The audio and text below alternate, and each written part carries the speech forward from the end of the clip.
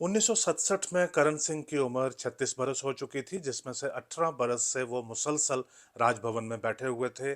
13 साल बतौर सदर रियासत, उससे पहले 3 साल बतौर रिजेंट और आखिरी 2 साल बतौर गवर्नर। वहाँ दिल्ली में इंदिरा गांधी की पकड़ काफ़ी मजबूत हो चुकी थी और अब वो जम्मू कश्मीर को एक नए नज़रिया के साथ अप्रोच करना चाहती थी। इस दरमियान तलाश शुरू हो गई एक नए गवर्नर की। किस किस्म का गवर्नर चाहिए था जम्मू कश्मीर के लिए, आज बात करते हैं। मेरा नाम जफर चौधरी है। 1965 में जब कॉन्स्टिट्यूशन ऑफ जम्मू कश्मीर में भी अमेंडमेंट करके और कॉन्स्टिट्यूशन ऑफ इंडिया में भी तरमीम करके जब सदर रियासत और वजीर आज़म की पोस्ट को तब्दील करके गवर्नर और चीफ मिनिस्टर बना दिया गया, मेरे ख्याल से आप भी इसका तज्जिया करके देखिएगा या जो कंटेम्प्रेरी लोग हैं उनसे बात करके देखिएगा। मेरे ख्याल से ये जो इवेंट है ये 5 अगस्त 2019 से ज़्यादा सिग्निफिकेंट था, ज़्यादा इम्पोर्टेंट था।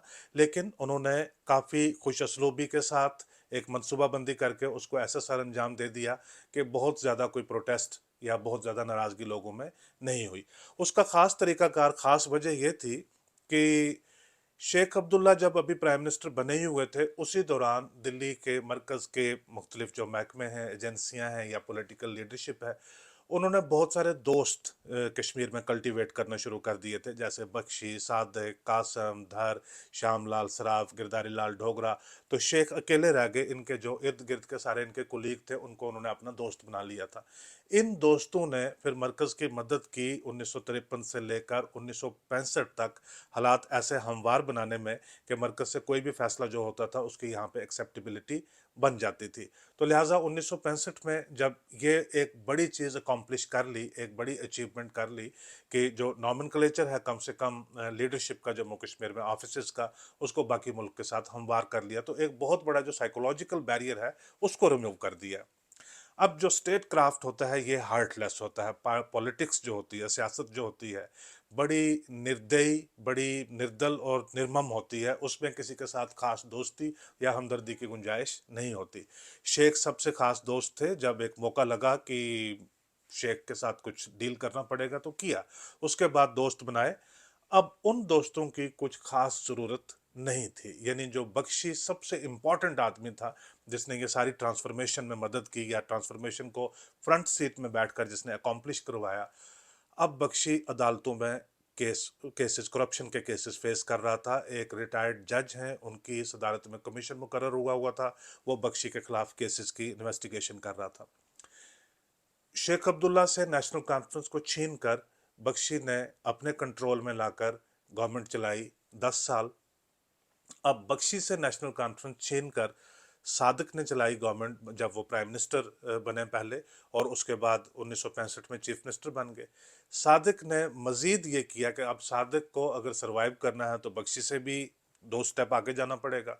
उन्होंने जो बख्शी से हिस्सा नेशनल कॉन्फ्रेंस का छीना था उसको उन्होंने कांग्रेस के अंदर मर्ज कर दिया, और 26 जनवरी 1965 को पहली बार बाकायदा तौर के ऊपर कांग्रेस की मेंबरशिप का जम्मू कश्मीर में आगाज कर दिया। सादिक ने पहले अपनी टिकट कटवाई बतौर कांग्रेस मेंबर, तो कांग्रेस इस तरह से अपना चैप्टर ओपन कर चुकी हुई थी। तो कहते थे कि ये पॉलिटिकल, साइकोलॉजिकल, इमोशनल, कॉन्स्टिट्यूशनल हर किस्म की जो इंटीग्रेशन हो रही थी जम्मू कश्मीर के मरकज के साथ, लेकिन मॉरल इंटीग्रेशन का सवाल जो है वो अभी भी बाकी था।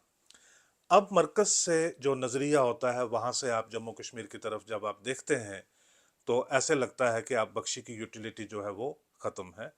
सादिक अब कंट्रोल में है, अब वो चीफ मिनिस्टर भी बन गए, और 1967 में फ्रेश इलेक्शन हुए थे सादिक की ही लीडरशिप में, और कांग्रेस एक बड़ी मेजॉरिटी के साथ, हालांकि वो इलेक्शन जो बड़े चैलेंज्ड रहा करते थे, उनको फेक इलेक्शंस बताया जाता है, लेकिन सादिक अच्छी मेजॉरिटी के साथ आकर चीफ मिनिस्टर बन चुके हुए थे।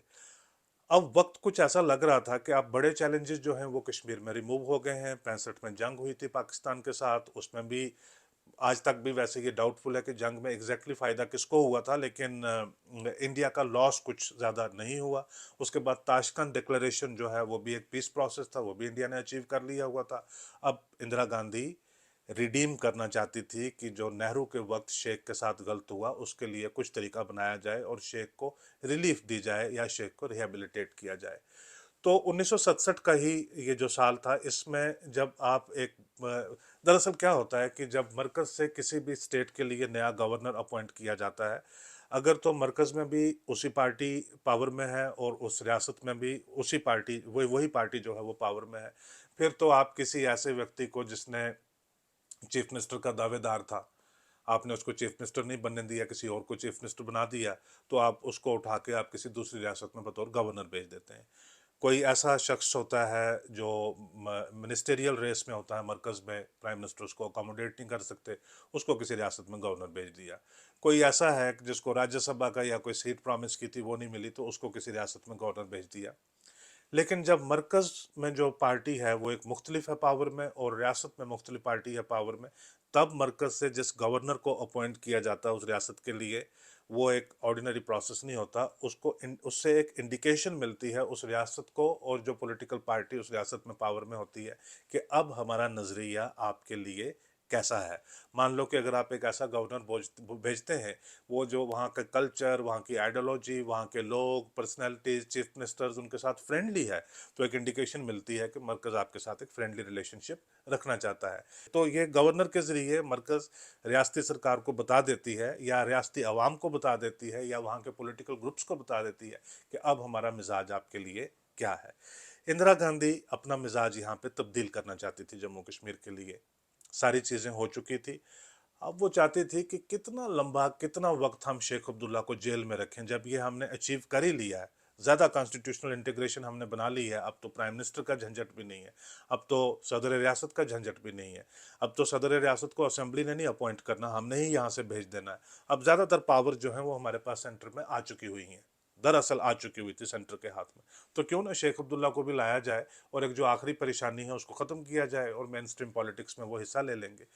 ये करने से पहले वो रियासत में राजभवन को जो है वो थोड़ा क्लियर करना चाहते थे, ताकि राजभवन एक फैसिलिटेटर का रोल प्ले कर सके, राजभवन एक जो एंटागोनिज्म है उसको रिमूव कर सके और जो अननेसेसरी क्रिटिसिज्म होता रहता उसको रिमूव कर सके।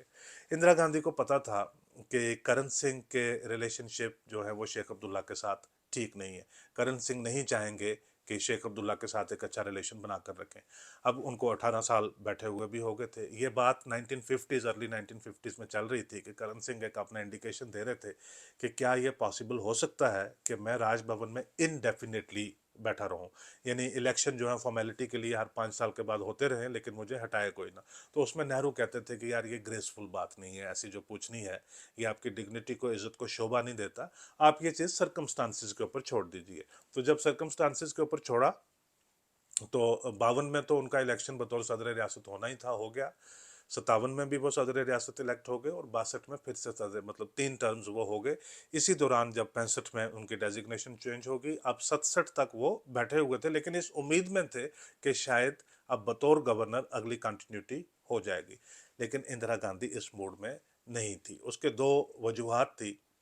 एक तो ये कि ये तब्दीली हो चुकी थी, अब गवर्नर जो है मुल्क के किसी दूसरे हिस्से से आएगा तो कश्मीर के लोगों को ये लगेगा कि उनका जो वो ज़्यादा स्पेशल स्टेटस था कि सिर्फ लोकली होना चाहिए गवर्नर, वो अब रहा नहीं है, अब मुल्क के कोई दूसरे हिस्से से भी आ सकता है। दूसरा ये कि जो वार्मथ, जो रिलेशनशिप, जो प्यार मोहब्बत और ट्रस्ट करण सिंह और नेहरू के दरमियान था, वो करण सिंह और इंदिरा के दरमियान नहीं था। नेहरू बच्चों की तरह उनको समझा भी देते थे, बाप की तरह कभी डांट भी देते थे और प्यार भी करते थे, मोहब्बत भी करते थे, इज्जत भी करते थे, एडवाइस भी करते थे, काउंसल भी करते थे, टाइगर कह के उनको पुकारते थे। जब इंदिरा गांधी आई तो वो भी टाइगर कह के ही उनको पुकारती रही, लेकिन वो उतनी स्पेस करण सिंह को यील्ड नहीं करती थी, उतनी अटेंशन नहीं देती थी जितनी नेहरू दिया करते थे। एक बार करण सिंह ने उनके नोटिस में कोई बात लाई कि फलां ऑर्गेनाइजेशन है वो कम्युनल है या कुछ है, तो इंदिरा गांधी ने कहा कि हमारे पास इतलात हैं कि आप ही सपोर्ट करते हैं उनको, आप ही उनके पीछे हैं।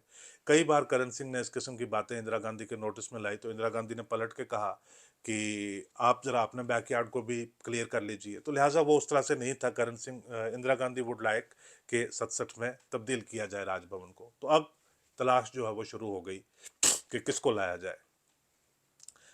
जब करण सिंह 20 जून 1949 को रीजेंट का काम संभालने के लिए दिल्ली से कश्मीर आए थे, तो इंपीरियल होटल से सुबह निकलकर जब वो सफदरजंग एयरपोर्ट के ऊपर गए थे, जहाँ पे एक जहाज़ उनका इंतज़ार कर रहा था, उस जहाज़ में इंतज़ार कर रहे थे एक शख्स जिनका नाम था विष्णु सहाय। ये उस दिन के एपिसोड में मैंने इस बात का जिक्र किया था। विष्णु सहाय लंबे वक्त तक, लगभग 8 या 9 साल तक होम मिनिस्ट्री में वो सेक्रेटरी रहे हैं, कश्मीर अमूर के, यानी कश्मीर अफेयर्स डिपार्टमेंट के वो सेक्रेटरी रहे हैं बड़े लंबे वक्त तक। उसके बाद वो कैबिनेट सेक्रेटरी भी रहे और उसके बाद असम के गवर्नर भी रहे। वो फिर 15 दिन, उस वक्त 19 जून को, 20 जून को जब वो कश्मीर आए थे, तो 15 दिन वो करण सिंह के साथ रहे थे, उनको गवर्नेंस के, एडमिनिस्ट्रेटिव मैटर्स के साथ एक्लेमेटाइज करने के लिए। लंबा वक्त उन्होंने कश्मीर के साथ डील किया और कैबिनेट सेक्रेटरी बनने, 2 टर्म्स उनको पूरी मिली भरपूर बतौर कैबिनेट सेक्रेटरी। और 50s के पूरे डेकेड में मुख्तलिफ जो इवेंट्स होते थे उनमें वो इन्वॉल्व रहते थे बतौर कैबिनेट सेक्रेटरी भी। जो कश्मीर के रिलेटेड मामले होते थे उनमें वो काफ़ी ज़्यादा इन्वॉल्व रहते थे। विष्णु सहाय के भाई थे भगवान सहाय, और ये इस वक्त केरला के गवर्नर थे। 1966 से ये केरला के गवर्नर थे। ये दोनों जो हैं वो आईसीएस ऑफिसर्स थे। दोनों मुरादाबाद के रहने वाले थे, एक ही कॉलेज से इन्होंने पढ़ाई की हुई थी। और एक और शख्स है जिसका जिक्र आया है पिछले एपिसोड्स में, अजीत प्रसाद जैन, जो रफ़ी अहमद किदवाई के एक ख़ास मुशीर हुआ करते थे, वो भी उसी कॉलेज से तल्लुक़ रखते थे। और अजीत प्रसाद जैन भी जब तक बाहयात रहे तब तक वो कश्मीर के मामलों के साथ जुड़े रहे। और जिस रात शेख अब्दुल्ला को डिसमिस किया गया था और बख्शी को इंस्टॉल किया गया था, उस रात वो करण महल में श्रीनगर में ही थे। इस सारी कार्रवाई को जो है वो नेहरू के घर के साथ कोऑर्डिनेट कर रहे थे, जहाँ पे रफ़ी अहमद किदवाई बैठे हुए थे। तो इन्होंने ढूंढा भगवान सहाय को कि उनको भेजा जाए गवर्नर। तो 1967 में भगवान सहाय ने आकर जम्मू कश्मीर का गवर्नर ज्वाइन कर लिया। उस वक्त विष्णु सहाय भी गवर्नर थे, वो असम और नागालैंड के गवर्नर उस वक्त थे। वहाँ पे वो एक पेचीदा पोजीशन में थे, असम अकॉर्ड वगैरह चल रहा था। इनिशियली ख्याल ये था कि विष्णु सहाय को ही कश्मीर भेज दिया जाए, लेकिन क्योंकि वहाँ पे वो एक सेंसिटिव असाइनमेंट हैंडल कर रहे थे, इसलिए भगवान सहाय को भेजा गया कश्मीर। जब मैं सारे गवर्नर्स के वक्त को देखता हूँ, उनके टेन्योर को देखता हूँ, उनके कामकाज का तरीका देखता हूँ, वर्किंग स्टाइल देखता हूँ, उनकी अप्रोचेस देखता हूँ, तो मेरे ख्याल से भगवान सहाय बहुत बेहतरीन गवर्नर थे। न्यूट्रल थे, स्टेबिलिटी के इंटरेस्ट में थे। सबसे बड़ी बात यह है कि उनको ज़ाती लालच पावर का बिल्कुल नहीं था। वो चाहते थे कि जो डेमोक्रेटिक इंस्टीट्यूशंस हैं वो सरवाइव करें, वो थ्राइव करें, वो बनते रहें। और ज़रूरी नहीं है कि उनके पास पावर आ जाए, ज़रूरी नहीं है कि वो राजभवन से शॉट्स जो हैं वो खेलें। ये एक बहुत अच्छा वक्त अब राजभवन में आ चुका हुआ था, और आने वाले काफ़ी वक्त तक जो है वो राजभवन इसी तरह से कोऑपरेटिव रहा। यानी भगवान सहाय के बाद भी राजभवन काफ़ी कोऑपरेटिव रहा। जिस साल आए हैं ये 67 में जब आए हैं भगवान सहाय गवर्नर बन के, उसी साल एक बहुत बड़ा क्राइसिस हो गया। ये शायद मार्च या अप्रैल के महीने में इन्होंने बतौर गवर्नर ज्वाइन किया यहाँ पे। अगस्त के महीने में एक बहुत बड़ा क्राइसिस बन गया कश्मीर में। एक कश्मीरी पंडित खातून, उसने एक मुसलमान के साथ शादी कर ली और एलानिया उसने ये बता दिया कि उसने इस्लाम कबूल कर दिया। उसके वालिदैन ने कहा कि ये लड़की नाबालिग थी, इसको वर्गला के ये जो मुसलमान लड़का है ये ले गया है। लेकिन लड़की ने जाके डिपोज किया, उसने कहा कि नहीं, मैंने अपनी मर्जी के साथ ये शादी की और अपनी मर्जी के साथ मैंने इस्लाम कबूल किया। इसके बाद हो गए large scale wide spread communal clashes. सिर्फ श्रीनगर में नहीं बल्कि पूरा कश्मीर जो है वो उसकी लिपट में आ गया। वो कम्युनल क्लैशेस वहाँ से स्प्रेड होते होते जम्मू को भी अपनी लपेट में ले लिया। भदरवाह, किश्तवाड़, रजौरी, पुंछ और जम्मू शहर कर्फ्यू तक जो है वो नाफिज करने की नौबत आनी शुरू हो गई। शायद एक आध शख्स की मौत जो है वो कश्मीर में हुई और एक आध आदमी की जम्मू में भी हुई। हालांकि ये 1990s से पहले जो जम्मू के खास करके डोगरा लोग हैं, ये पंडितों के मामलों में जो है वो इन्वॉल्व नहीं होते थे। लेकिन अब ये मामला जो है ये मज़हब का था, इसलिए ये इन्वॉल्व हो गए थे लोग। और काफ़ी बहुत बड़ा जो है एक वो टेंशन का माहौल बन गया हुआ था। बात है ये अगस्त की। अब इसको कुछ रिजॉल्व करने की कोशिश करते 15-20 दिन के बाद, तो फिर दोबारा से ये रिसरफेस हो जाता। सितंबर, अक्टूबर, नवंबर तक जो ये लगभग जो है नवंबर के एंड तक, दिसंबर तक जो है ये क्राइसिस चलता रहा। यानी चलता था, फिर ये ठीक होता था, फिर ये दोबारा से कोई ना कोई चीज़ इरप्ट हो जाती थी, क्योंकि गुस्सा था ना सोसाइटी के अंदर, दोनों तरफ से काफ़ी ज़्यादा था, ज्यादतियाँ भी होती थी। इस दौरान एक और डेवलपमेंट हुई थी कि जैसे मैंने शुरू से कहा कि इंदिरा गांधी अब एक हैंडशेक करना चाहती थी, एक जो नई पॉलिसी जो है वो अप्रोच करना चाहती थी। शेख अब्दुल्ला थे कोडाई कनाल जेल में साउथ इंडिया में, और उनको as a confidence building measure जो पहली ऑलिव ब्रांच जो है वो उनको ऑफर की गई, एक इंडिकेट करने के लिए कि हमारा नज़रिया आपके लिए बदल रहा है, उनको कोडाई कनाल से शिफ्ट करके दिल्ली लाया गया। और लेकिन दिल्ली में भी नज़र बंद रखा, लेकिन दिल्ली में आप कैपिटल के नज़दीक आ जाते हैं, जो सियासी सरगर्मियां हैं उनके नज़दीक आ जाते हैं। और दिसंबर के माह में उनसे जो है रिस्ट्रिक्शन सारी रिमूव कर दी गई, लेकिन कुछ कंडीशंस उनको बताई गई कि आप प्रेस कॉन्फ्रेंस नहीं एड्रेस करेंगे, सरकारी जलसा नहीं करेंगे, आप बयान नहीं देंगे, वगैरह वगैरह ये सारी, लेकिन कश्मीर जा सकते हैं। शेख ने जिद की कि जब तक सारी रिस्ट्रिक्शंस रिमूव नहीं की जाती तब तक मैं घर से बाहर कदम नहीं रखूंगा। तो लिहाजा 2 जनवरी 1968 को रिस्ट्रिक्शन जो है वो पूरी तरह से रिमूव करके शेख को कंप्लीट इंडिपेंडेंस है वो दी गई। उन्होंने कहा आप जाइए कश्मीर, जलसे कीजिए, जो भी करना है आप वो कीजिए। ये मंसूबा था इंदिरा गांधी का कि राजभवन भी उनको थोड़ा फ्रेंडली रहेगा, गवर्नर भी उनको रिस्पेक्ट दिया करेगा और शेख भी अपना कामकाज करेंगे। अब शेख ने बहुत सारे जलसे जुलूस जो हैं वो करने शुरू कर दिए और जो स्टेटमेंट्स देनी शुरू कर दी। उन्होंने कहा कि जो ये सादिक की गवर्नमेंट है ये फिजूल गवर्नमेंट है, ये फ्रॉड गवर्नमेंट है, ये फ्रॉड इलेक्शंस के साथ हुई हुई है, इस गवर्नमेंट की कोई क्रेडिबिलिटी नहीं है, इसकी कोई इंटीग्रिटी नहीं है, इसका कोई वजूद नहीं है। और उन्होंने शरेआम चैलेंज करना शुरू कर दिया। उन्होंने कहा कि भी आप नए इलेक्शन करवाइए, और जहां पे सादिक खुद इलेक्शन लड़ेगा बतौर आई मीन जाति, जहां से वो कंटेस्ट करेगा, उसके खिलाफ हम फील्ड करेंगे सिर्फ प्लेबिसाइड फ्रंट का एक वर्कर, और आप देखिएगा कि वो वर्कर भी जीत जाएगा। यानी एक मॉरल चैलेंज जो है वो गवर्नमेंट ऑफ इंडिया के लिए भी और मॉरल चैलेंज जो है वो सादिक के लिए भी पोज कर दिया। लेकिन इस मॉरल चैलेंज में एक बड़ा पॉलिटिकल मैसेज था। वो पॉलिटिकल मैसेज ये था कि 1953 में शेख के अरेस्ट के बाद 1965 में प्लेबिसाइड फ्रंट बना दिया गया था, और प्लेबिसाइड फ्रंट पहला ऑर्गेनाइज्ड सेपरेटिस्ट ऑर्गेनाइजेशन थी जम्मू कश्मीर की। अब गवर्नमेंट ऑफ इंडिया की मंशा तो यही थी ना कि शेख अब्दुल्ला बिना किसी नेगोशिएशन के वापस मेन स्ट्रीम पॉलिटिक्स में आ जाए। तो जब वो कहते हैं, चैलेंज करते हैं कि आप हटाओ गवर्नमेंट को और हम इलेक्शन लड़ेंगे और हम अपने आप को प्रूव करेंगे, तो गवर्नमेंट ऑफ इंडिया के लिए एक बहुत बड़ा वसी टास्क जो है वो उस गुस्से गुस्से में आसान हो जाता है कि तैश में आके शेख तो मेन स्ट्रीम पॉलिटिक्स में आ गए, अब पीछे जो नेगोशिएशन की बात है वो रही ही क्या। इस दौरान राजभवन क्या कर रहा था? जब ये मैं अब वापस लेकर जाता हूँ वो जो तनाज़ा हुआ कश्मीरी लड़की के कन्वर्शन के बाद, और जो वायलेंस जो है 4-5 महीने तक मुसलसल चल रहा था, इस दौरान आप एक तीसरे एक्टर थे, वो थे बख्शी गुलाम अहमद। बख्शी गुलाम अहमद वो थे कि जो 1963 के बाद सादिक, उसके साथियों और दिल्ली में जो पावर में लोग बैठे हुए थे उनके हाथों दिन ब दिन जलील तरीन होते जा रहे थे, और उनका लिए हाशिया तंग हो रहा था, उनके लिए जो डिफ़िकल्टीज़ हैं वो बहुत ज़्यादा राइज हो रही थी। लेकिन 1967 में उन्होंने लोकसभा इलेक्शन जीतकर वो पार्लियामेंट में गए हुए थे। पार्लियामेंट में एक दिन बड़ी हंगामी सिचुएशन बन गई। जब विंटर सेशन शुरू हुआ, हंगामी सिचुएशन बन गई। उन्होंने कहा कि ये कश्मीर में गवर्नर रूल इम्पोज कीजिए, क्योंकि जो लॉ एंड ऑर्डर है वो कम्प्लीटली रप्चर हो गया हुआ है, एडमिनिस्ट्रेटिव मशीनरी फेल हो गई हुई है, साधक कंट्रोल कर नहीं पा रहे हैं, तो लिहाजा गवर्नर रूल इम्पोज कीजिए। इसमें बख्शी, जो अब कश्मीर के प्राइम मिनिस्टर रह चुके थे, अब जो मुल्क के बड़े बड़े लीडर्स थे उनके साथ उनकी जान पहचान भी थी, तो पार्लियामेंट में जब बैठते थे तो उनकी आवाज़ सुनी जाती थी। तो बख्शी ने भी पुरबुलंद आवाज़ में जो है ये डिमांड उठानी शुरू कर दी कि सादिक की गवर्नमेंट को डिसमिस कीजिए और गवर्नर रूल लगाइए। ये जब इस किस्म के पॉलिटिकल क्राइसिस होते हैं तो सारे जो राइवल पॉलिटिशियंस होते हैं उनमें एक चीज़ कॉमन होती है। एक भी समझता है कि मैं इक़्तिदार में नहीं आ सकता, दूसरा भी समझता है मैं इक़्तिदार में नहीं आ सकता, तीसरे को भी यही लगता है।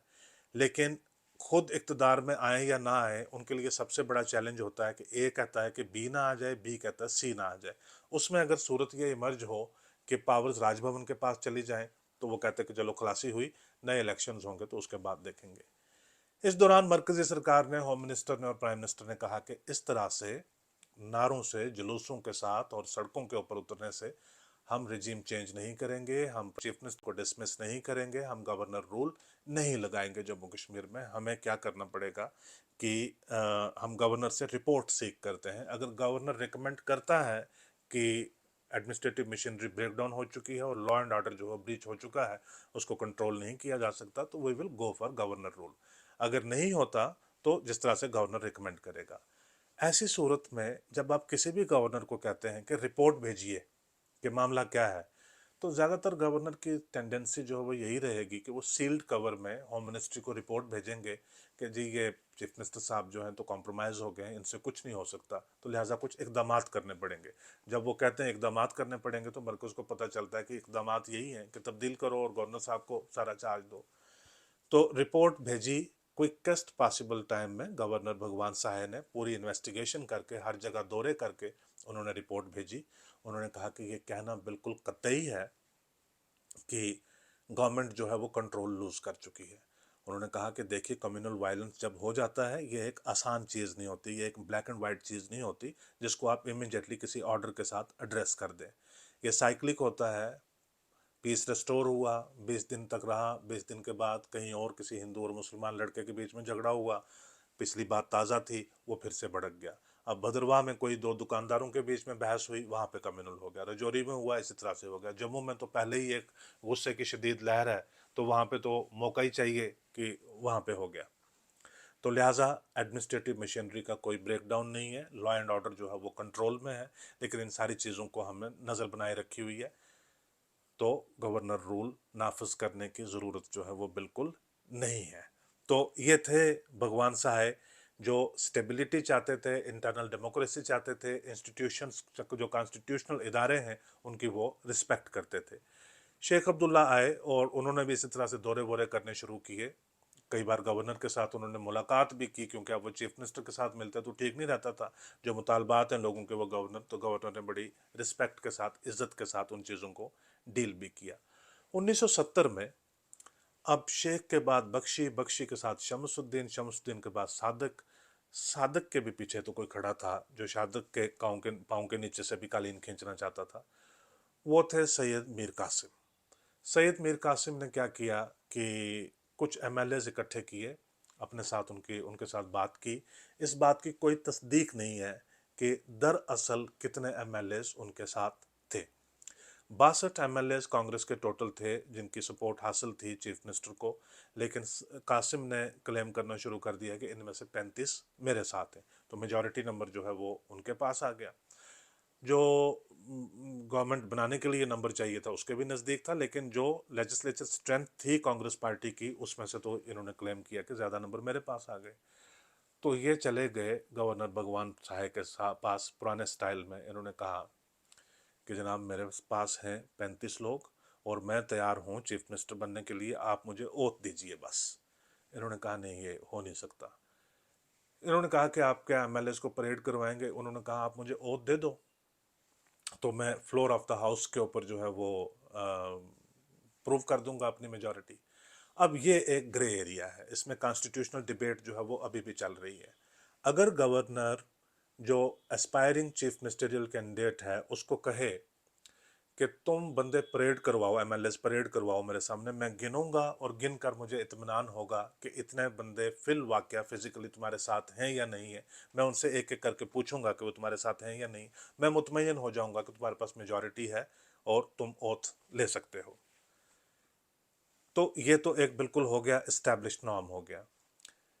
एक कॉन्स्टिट्यूशनल प्रिंसिपल्स को जो वायलेट करने के लिए, उनको सरकमवेंट करने के लिए जब आपके पास नंबरात नहीं है तो आप गवर्नर के साथ सांठ गांठ करके मरकज से प्रेशर वगैरह डलवा के आप गवर्नर को कहते हो कि आप ओथ दे लो, आप मुझे चीफ मिनिस्टर बना लो और फिर असेंबली को सम्मन कर लो आप 5-7 दिन के अंदर, तो मैं अपने नंबरात प्रूव कर दूंगा।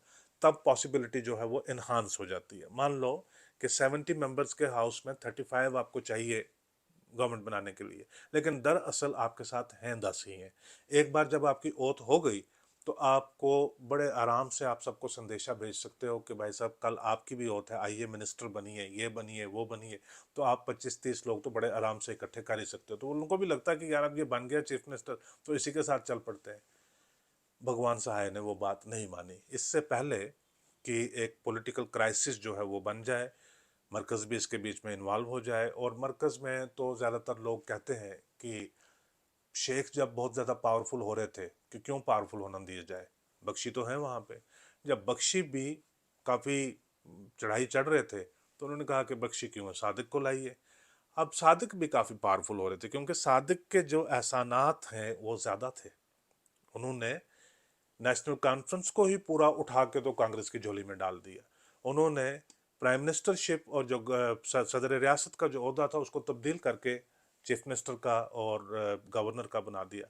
उनको लगता था कि मेरे एहसानात जो हैं वो सबसे ज़्यादा हैं, और था भी, he was a decent person, respect भी काफ़ी इंजॉय करते थे। तो लेकिन अब उनकी शख्सियत भी काफ़ी बढ़ रही थी।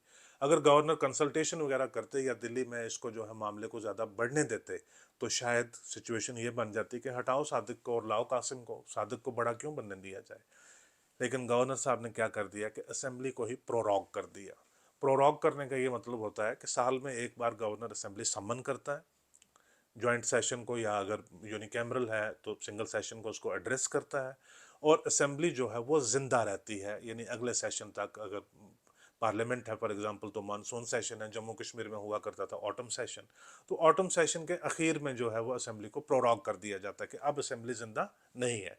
जब तक असेंबली को प्रोरॉग नहीं किया हुआ होता, असेंबली लाइव होती है, तब तक किसी भी शॉर्ट नोटिस के ऊपर, स्पीकर की रिक्वेस्ट के ऊपर भी असेंबली कन्वीन की जा सकती है।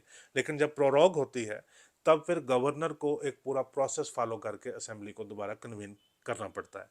तो इन्होंने असेंबली को प्रोरॉग कर दिया कि जो गुंजाइश मांग रहे थे कासिम, कि आप मुझे ओथ दीजिए और फिर असेंबली में आप डिटरमिन कीजिए कि मेरे पास फ्लोर स्ट्रेंथ है या नहीं है, उन्होंने वो अपॉर्चुनिटी उनको बड़ी आसानी से डिनाई कर दी। अब 1971 के, ये बात थी 1970 की, 1971 के दिसंबर की बात है, 12 दिसंबर 1971 को, कि कुछ बीमारी के चलते जीएम सादिक जो उस वक्त के चीफ मिनिस्टर थे, वो चंडीगढ़ में हॉस्पिटल में इंतकाल कर गए। अब क्राइसिस बन जाता है कि जो सर्विंग चीफ मिनिस्टर है उनकी डेथ हो गई है। आप मुफ्ती सईद की आपके सामने जो है सर्विंग चीफ मिनिस्टर थे, उनकी डेथ हो गई थी। Sheikh Abdullah serving chief minister थे, तो डेथ हो गई थी। आगे जब हम राजभवन की कहानी बढ़ाते जाएंगे, तो शेख अब्दुल्ला की डेथ पे किस किस्म का क्राइसिस बना था, मैं आपसे उसके बारे में बात करूंगा। मुफ्ती सईद की डेथ के ऊपर किस किस्म का क्राइसिस बना था, 87 दिन तक गवर्नर रूल यहाँ पे लगा रहा था, आप सबको याद है क्योंकि वो बड़ी ताज़ा बात है, 2016 की बात है। अब जब सर्विंग चीफ मिनिस्टर की डेथ हो जाती है तो क्राइसिस बन जाता है, क्योंकि एक्टर्स हैं वो ज़्यादा आ जाते हैं, स्टेक होल्डर ज़्यादा आ जाते हैं, मरकज़ इन्वॉल्व हो जाता है, पॉलिटिकल पार्टी इन्वॉल्व हो जाती है। तो उसमें एक जो गवर्नर का रोल जो है, राजभवन का रोल बड़ा इंपॉर्टेंट बन जाता है कि वो फैसला कैसे लेते हैं। तो उन्होंने फैसला बड़ी आसानी से ले लिया कि अभी सादिक की जो डेड बॉडी है वो चंडीगढ़ से श्रीनगर आई भी नहीं थी। उन्होंने सैयद मीर कासिम को बुलाकर और बोला कि आप एमएलएस को साथ लेकर मुझे बता देना कि आपके पास कितने हैं। उनको बुलाकर अपने पास उन्होंने चीफ मिनिस्टर की ओथ दिला दी कि कॉन्स्टिट्यूशनल क्राइसिस ब्रेकडाउन वगैरह ना हो। 8 लोग थे टोटल उस ओथ सेरेमनी में, एक गवर्नर खुद, एक उनके प्रिंसिपल सेक्रेटरी, राजभवन के स्टाफ के 2 और लोग, chief secretary, DGP Syed Mir Qasim जिन्होंने खुद ओथ ली, और एक मिनिस्टर साथ में, और या कुल मिला के 8 लोग टोटल थे, 9 लोग टोटल थे जिन्होंने ओथ ली। तो कहते हैं कि डीजीपी गए बड़े ऐसे एक्साइटेड होकर, तो कभी नए चीफ मिनिस्टर आए तो उनके साथ वो करते हैं सलूट वलूट, ये वो, कंग्रेचुलेशन सर। कहते हैं यार तामुल रखो, हम अभी मॉर्निंग में हैं, तो अभी ये करने की ज़रूरत नहीं है। अब इस पे जो ओपिनियन है वो स्प्लिट है। ओपिनियन ये है कि भगवान सहाय को, साद कासिम को अपॉर्चुनिटी देनी चाहिए थी 1970 में, और वो फ्लोर डिटर्मिन करवा लेते। 72 में भगवान सहाय को एमएलएस को बुलाकर पूछना चाहिए था, या बाकी सबको बताना चाहिए था कि कौन स्टेक क्लेम करना चाहता है गवर्नमेंट बनाने के लिए, लेकिन उन्होंने ये नहीं की। ओपिनियन स्प्लिट है इसके ऊपर। कुछ लोग कहते हैं कि बेहतर किया, कुछ लोग कहते हैं कि शायद नहीं बेहतर किया। मेरे ख्याल से ये है कि जो उससे पहले की तारीख जम्मू कश्मीर की थी, उसको मद्देनज़र रखते हुए कि अगर एक स्मूथ ट्रांजिशन ऑफ पावर हो जाए, जो 70 में उन्होंने किया, या जो 67 में 68 में उनको जो अपॉर्चुनिटी उनके सामने थी कि वो गवर्नर रूल नाफिज कर सकते थे, उन्होंने वो करने से इनकार किया। पॉलिटिकल स्टेबिलिटी और कंटिन्यूटी चाहते थे। 70 में जो कासिम की बात नहीं मानी, स्टेबिलिटी और कंटिन्यूटी चाहते थे। 71 में बहुत ज़्यादा शोर शराबा किए बिना ही कासिम को चीफ मिनिस्टर बना दिया, एक स्मूथ ट्रांजिशन जो है वो चाहते थे। भगवान सहाय को इन सारी चीज़ों से बेहतर एक और चीज़ के लिए जाना जाता है जो आजकल बहुत ज़्यादा रेलिवेंस में है, पिछले साल भर से जो है वो बहुत ज़्यादा रेलिवेंस में है। जम्मू कश्मीर का जो तालीमी निज़ाम है वो मॉडर्न तर्ज के ऊपर अस्तवार नहीं था, उसमें बहुत सारी दिक्कतें थी। दिक्कतें कुछ इस किस्म की थी, ग्रेव डिफिकल्टीज जो है वो थी, कुछ आइडियोलॉजिकल थी, कुछ टेम्परामेंटल थी और कुछ वेदर रिलेटेड थी। आइडियोलॉजिकल और टेम्परामेंटल इस तरह से, जो कश्मीर के लोग वो एक अलग चीज़ पहले पढ़ चुके थे, एक नई चीज़ पढ़ना चाहते थे। जम्मू में तालीमी निज़ाम तो वो मुख्तलिफ था।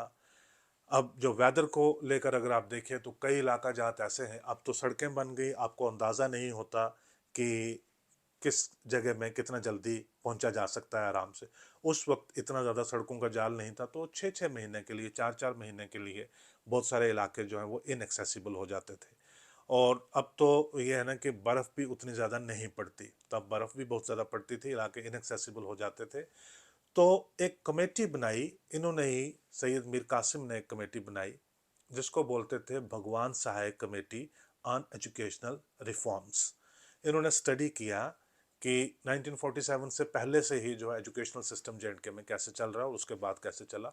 इन्होंने जो बेस्ट पॉसिबल माइंड्स, जो एजुकेशनिस्ट हैं फ्रॉम अक्रॉस द कंट्री, उनको इनवाइट करके कमेटी में रखा और 2 साल तक जो है वो उस कमेटी के ऊपर काम किया। उस कमेटी ने वो, मिल जाएगी रिपोर्ट, आप अगर जब चाहेंगे, अगर आपको रिपोर्ट की कॉपी चाहिए होगी तो मैं आपको वो रिपोर्ट भी मुहैया करवा सकता हूँ, जिसको कहते हैं Bhagwan Sahay committee on educational reforms. अब बड़ी दिलचस्पी की बात है कि ये committee, governor led committee, report करती थी चीफ मिनिस्टर को। चीफ मिनिस्टर को इन्होंने वो रिपोर्ट सबमिट की। ये जो पिछले जो टीचर हजरात हैं खास करके, वो उसको अच्छे तरीके से समझ सकते हैं कि ये hard zone, soft zone, winter zone, summer zone. Winter zone में जो एग्ज़ाम है वो एक अलग वक्त में होंगे, समर जोन में एक एग्ज़ाम है वो अलग वक्त में होंगे। और मैं एक एजुकेशनिस्ट से बात कर रहा था, वो कह रहे थे कि सब मामला जो है वो धर्म भरम हो गया है कि जो ये यूनिफॉर्म एकेडमिक कैलेंडर जो है ये बनाया जा रहा है, इससे बहुत सारे इलाके जो हैं वो एकेडमिक डेज अपने जो हैं वो स्कूल डेज हैं वो लूज़ कर रहे हैं, क्योंकि वेदर में जो फ़र्क है वो इतना ज़्यादा है कि आप उसको मैच नहीं कर सकते। तो उन्होंने जो प्रपोज़ल दिया था वो वही था कि जम्मू सूबा के फ़लाँ फ़लाँ इलाके विंटर जोन में पड़ेंगे, कश्मीर वैली पूरी विंटर जोन, फ़लाँ इलाके समर जोन में, अलग वक्त के ऊपर एग्ज़ाम यहाँ पे, अलग वक्त के ऊपर एग्ज़ाम वहाँ पे, तो उससे एफिशिएंसी जो है वो बेहतर हो सकती है। तो वो 1973 से ऑनवर्ड जो है एजुकेशन पॉलिसी जो जम्मू कश्मीर में रही है अनटिल 2022, वो एजुकेशनल पॉलिसी वही थी जो भगवान सहाय बतौर governor of Jammu and Kashmir बनाकर छोड़ गए थे। उसके बाद भी वो जब यहाँ से चले गए, अपना पूरा वक्त 6 साल का करके चले गए, दिल्ली में बड़ी इंपॉर्टेंट असाइनमेंट्स के ऊपर वो रहे। किसने रिप्लेस किया था भगवान सहाय को? वो एक इंटरनेशनली रिनाउंड फिगर थे। इंडिया में तो वो मशहूर थे सो थे, लेकिन इंडिया से ज़्यादा वो यूनाइटेड स्टेट्स में और यूके में मशहूर थे। बहुत बड़े इकोनॉमिस्ट थे और आज भी जो है उनकी इकनॉमिक थियरीज़ को, उनके जो इकानमी को लेकर उनका जो फ़लसफ़ा है उसको याद किया जाता है। लक्ष्मीकांत झा के बारे में मज़ीद बात करेंगे आने वाले एपिसोड में। तब तक आप बने रहिए, राजभवन की कहानियों में मेरे साथ आप शामिल रहिए। आज का एपिसोड देखने के लिए आपका बहुत शुक्रिया। Many thanks.